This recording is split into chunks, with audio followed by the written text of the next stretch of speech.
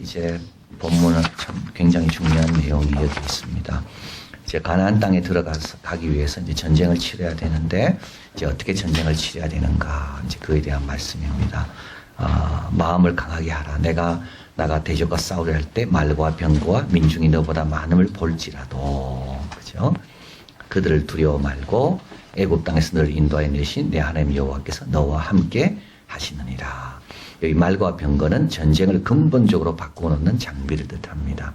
여기 있는 거하고 없는 거하고는 천지 차이입니다. 그래서 칼하고 총하고 싸우면 누가 이깁니까? 예, 칼 아무리 잘 쏘도 총 옆 멀리서 쏘면 죽는 겁니다. 예, 그러니까 이게 안 되는 겁니다. 그게 말과 병거입니다. 하나님 뭐라 말씀하는가 하면 말과 병거가 상대방이 있다 할지라도 겁내지 말라는 겁니다.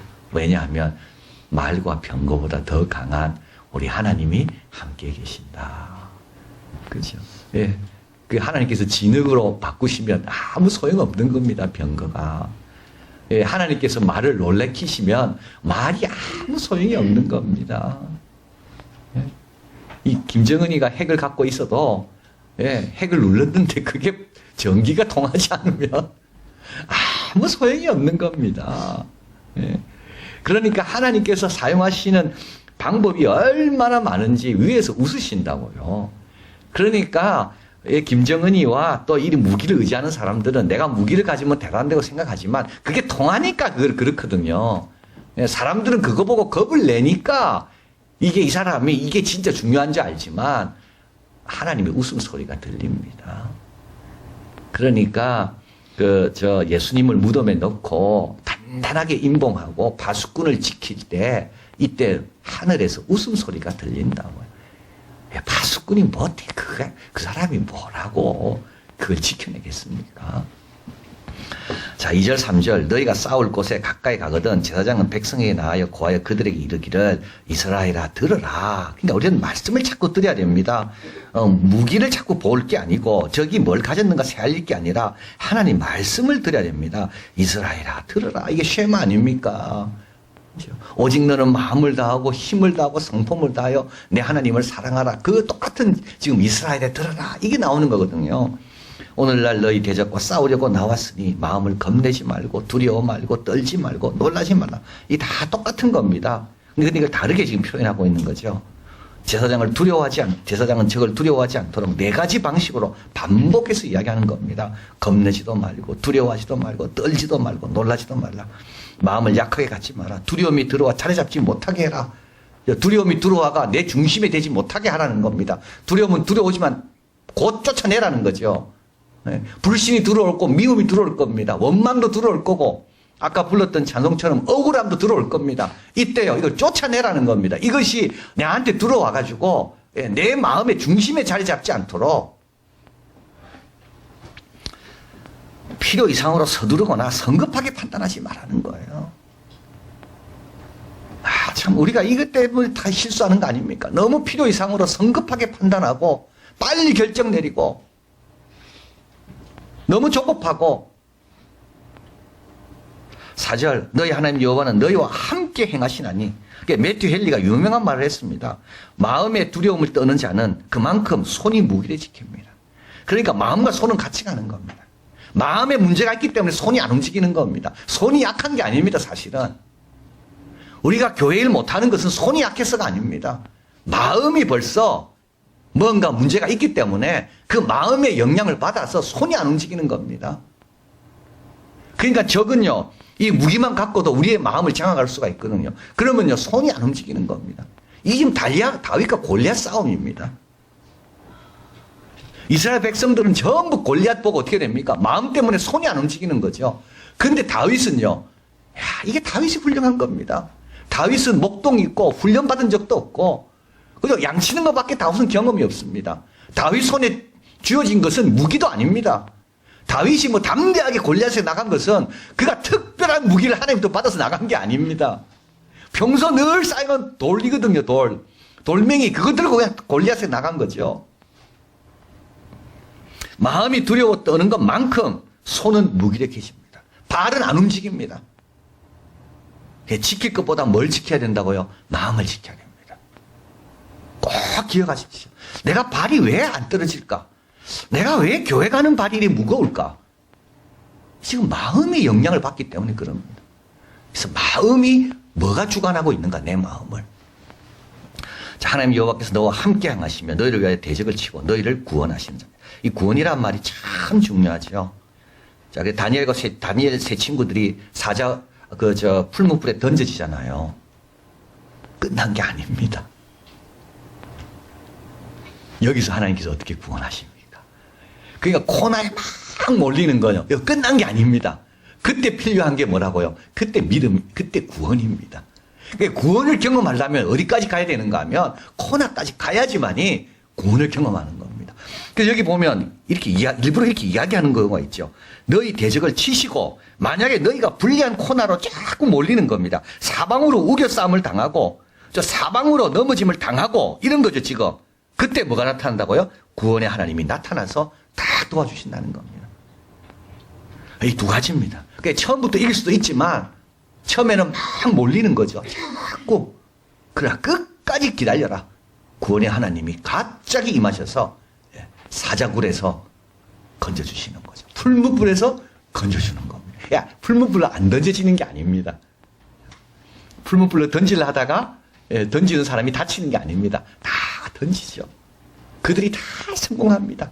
마지막까지 성공하는 것 같습니다. 근데 다 하지 않습니다. 자, 두려워하지 않아야 할 이유는 이스라엘의 강해서가 아닙니다. 애굽에서 구원하여 내신 하나님이 함께. 그 애굽에서 구원하여 내신 이게 참 중요한 거죠. 애굽만큼 강한 나라가 그때 없었거든요. 그 이스라엘 백성은 애굽의 종이었습니다. 그러니까 뭡니까 이 지금. 애굽의 종살이를 하니까 정서, 생각 자체가 종생각입니다. 430년 동안 그런 지배받는 어떤 그런 성향을 갖고 태어난 사람들이었어요, 이 사람들이요. 그런데도 하나님께서 모세를 통해 구해내잖아요.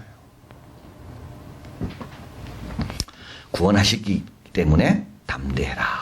자, 그리고 이제 5절, 8절 참 중요합니다. 유사되는 백성에게 구하기를 새 집을 건축하고 낙성식을 못한 자가 있느냐? 집으로 돌아가라.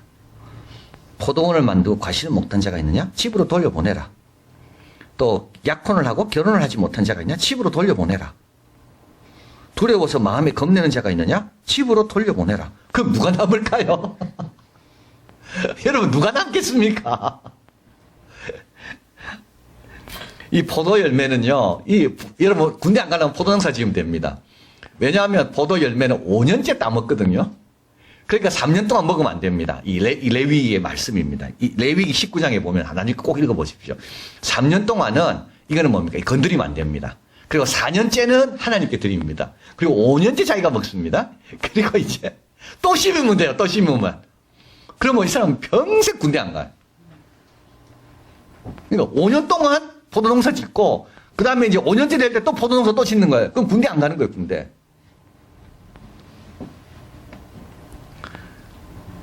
또 집을 건축하는 사람도 군대 안 갈 수 있습니다. 하나 지어놓고 조금 있다가 이제 낙성식 될 때쯤 되면 또 군대 또 짓고. 이제 뭐 약혼은 이건 어렵겠죠, 이거는. 결혼을 하면. 그리고 마지막에 뭐가 있나요? 여러분, 두려워 떠는 자도 돌려보내라 그럽니다. 누가 남겠습니까? 남은 자는 숫자가 중요하지 않는다는 겁니다. 누구만이 하나님의 구원을 경험할까요? 남은 자입니다. 참 중요한 겁니다, 이게. 그래서 하나님께서 싸우게 하시는 이유는 전쟁의 승리가 아닙니다. 그 가운데 역사하시는 하나님이 어떤 분인지를 깨닫게 하기 위해서 하나님께서 이런 기회를 주시는 겁니다. 자, 그래서 어떤 사람들은 말합니다. 여기 하나님의 인도적인 배려라는 겁니다. 포도농사 얼마나 고생해서 지었고, 참 약혼하고 이제 결혼을 하면 얼마나 좋은 이제 꿈을 꾸고 기다렸는데 전쟁이 나면 그 사람이 그동안 수고한 거 다 안 되니까, 그러니까 그를 향한 하나님의 배려. 그리고 또 한 가지는 이런 사람이 전쟁에 집중할 수가 없겠죠. 그래서 두 마음 갖고는 안 되는 겁니다. 그래서 하나님은 두 마음으로 따라오지 마라. 그리고 두려워 떠는 사람. 근데 이게 이제 본인만이 아니죠. 사기에 영향을 주잖아요. 전체 분위기에. 앉기만 하면 뭐 자기 뭐 약혼녀 이야기할 거고 이러면은 군인들이 제대로 되겠습니까, 이게? 그래서 다 돌려보내라는 거예요. 근데 이게 중요한 겁니다. 다 돌려보내라. 전쟁은 누구 손에 있다고요? 하나님 손에 있다는 거예요. 자, 그리고 나서 9절에 백성에 이르기를 필요한 후에는 군대 장관을 세워 무리를 거느리게 합니다. 남은 자 중에 세우는 겁니다. 남은 자 중에. 자, 그리고 이제 전쟁의 실행입니다. 10절, 11절. 내가 어떤 성읍에 가서 치료할 때 먼저 평화를 선언해라. 그죠? 평화를 먼저 선언해라. 샬롬. 너희에게 이런 평안이 있기를 원하고, 이런 평안을 주기를 원한다. 그런데 만약에 그 성읍이 평화를 화답하면, 그리고 성문을 열면 그 거민을 내게 공을 바치고 너는 그를 섬기게 할 것이고, 그리고 만약에 평화를 싫어하고 대적하여 싸우려 하거든 그 성읍을 에워쌀 것이며 하나님께서 그 성읍을 내 손에 붙이시거든 너는 칼날로 그 속의 남자를 다 쳐 죽여라. 그래서 하나님께 따라서 하는 거죠. 그죠? 뭐 기분 좋고 기분 나빠서 죽이는 게 아닙니다. 하나님이 그 손을 내 손에 붙이시거든. 그죠? 이렇게 되는 거죠. 그리고 또 이제 7 족속이 있죠. 가나안 땅에 있는 그런 이제 하나님 주신 기업인데요. 16, 17절. 오직 내 하나님 여호와께서 내게 기업으로 주시는 이 민족 성읍에서 호흡 있는 자는 하나도 살리지 마라. 헷 족속, 아모리, 가나안, 브리스 족속, 히위, 여부스 족속. 이는 하나님께서 내게 명하신 대로 하라. 18절. 이는 그들이 그 신들에게 행하는 모든 가증한 일로 너에게 가르쳐 본받게 하여 너희로 너희 하나님 여호와를 범죄케 할까 함이라. 신명기 9장 4절 읽어봅니다. 내 하나님 여호와께서 그들을 내 앞에서 쫓아내신 후에 내가 심중에 이르기를 나의 의로움을 인하여 여호와께서 나를 이 땅으로 인도하여 들여서 그걸 얻게 하셨다 하지 말라. 실상은 이 민족들이 악함을 인하여 여호와께서 그들을 내 앞에서 쫓아내심이니라. 예, 그러니까 하나님의 심판에 이제 도구가 되는 거죠. 여기다가 개인적인 감정이 들어가면 안 되는 겁니다. 하나님이 심판하려고 그 민족을 생각하신 겁니다. 그래서 이스라엘을 통하여 그 가증한 일들을 다 심판하시는 겁니다. 근데 그거 가서 내가 뭐 내 마음대로 용서하고 내 마음대로 받아주고 내 마음대로 내 종으로 쓰고 그러면 안 되는 겁니다. 이건 하나님의 이거는 심판에 이거는 뜻에 우리는 따른다. 그것을 우리에게 가르쳐 줍니다. 오늘날 전쟁에 적응해보면 마귀의 계계를 능히 대적하기 위하여 하나님의 전신갑주를 취해야 된다. 베드로전서 5장 8절 9절 근신하고 깨어 너희 대적 마귀가 우는 사자처럼 두루 삼킬 자를 찾나니 너희 믿음을 굳게 하여 저를 대적해라. 자, 디모데후서 2장 3절 4절 읽어봅니다. 내가 그리스도 예수의 좋은 군사로 나와 함께 고난을 받을지니 군사로 다니는 자는 자기 생활에 얽매이는 자가 하나도 없나니 이는 군사로 모집한 자를 기쁘게 하려 함이라. 그죠? 그래서 우리가 이게 이제 신약에 와서 사도 바울의 이제 하나님의 전신갑주, 영적인 싸움 이런 것으로 이제 적용되게 됩니다. 정리 및 교훈입니다. 하나님의 사역에서 필요한 것은 하나님을 의지하고 담대함입니다. 하나님이 이루기로 하는 바를 이루어지기 위해서는 우리는요 담대함이 필요합니다. 그래서 이 일로 인하여 하나님은 우리의 믿음과 신뢰와 하나님에 대한 사랑이 성장하기를 원하십니다. 가만히 있어간 절대 성장 못합니다. 이런 숙제들을 풀면서 성장하는 겁니다. 이런 구원을 경험하면서 성장하는 겁니다. 구원을 경험하려면 어디로 가야 된다 했습니까? 코너에 몰려야 된다 그랬습니다. 거기에서 내 믿음도 한번 시험해 보고요. 내가 믿음이 있나 없나. 거기서 성경에 있는 인물도 내가 한번 묵상해 보고요. 야, 이 사람이 정말 이렇게 귀한 분이었구나. 그리고요, 그 가운데 도우시는 하나님을 내가 거기서 만나는 겁니다. 이거 없이는 절대 성장할 수가 없습니다. 성장은 저절로 되지 않습니다. 하나님께서 왜 대적들을 자꾸 남겨두시고 붙여주십니까? 우리의 성장을 위해서 그런 겁니다. 두 번째로 두 마음으로는 주의 일을 할 수 없습니다. 그죠? 하나님이 원하시는 것은 흐트러지지 않는 집중입니다. 하나님을 향한 신뢰와 흐트러뜨리지 않는 집중입니다. 두 마음 가지고 안 됩니다. 가룟 유다 같은 마음 갖고는 절대 변화되지 않습니다. 베드로는 좀 부족하잖아요. 그래도 베드로는 집중했거든요, 거기에. 그리고 야고보 요한도 다 버리고 떠났잖아요. 그 세베대의 아들, 세베대가 유명한 사업가고 사꾼도 있고, 그죠? 그래서 대제사장들 그 먹는 생선을 누가 공급했습니까? 예, 요한 그 집안이, 야고보 요한 집안이 다 공급할 정도로 그렇게 사업에 성공한 집안이었는데 세베대의 두 아들 야고보와 요한은요, 그 예수님 안에서 어떻게 높아질 건가는 고민했지만 아버지 사업을 그 와서 염려한 적은 없습니다. 우리 예수님 말씀합니다. 손에 쟁기를 잡고 뒤돌아보는 자는 하나님 나라에 합당. 삐뚤삐뚤 가는 거예요. 자꾸 뒤돌아보고 쟁기를 가니까 삐뚤삐뚤 이리 왔다 저리 왔다가 앞으로 쫙 가야 되는데, 그래서 우리도 주님께 맡기고 내일 하면 되는 겁니다. 오늘 주신 일에 내가 집중하기를 하나님이 원하시는 겁니다. 안 그러면요, 하나님 돌아가라고 이야기하는 거죠. 그 남에게도 안 좋은 영향을 미쳐요. 자꾸 엉뚱한 말 하거든요. 자꾸 엉뚱한 말. 그리고 남은 자가 돼야 됩니다. 남은 자가 몇 명이든 하나님은 그 남은 자를 통해, 이게 여기서 핵심입니다.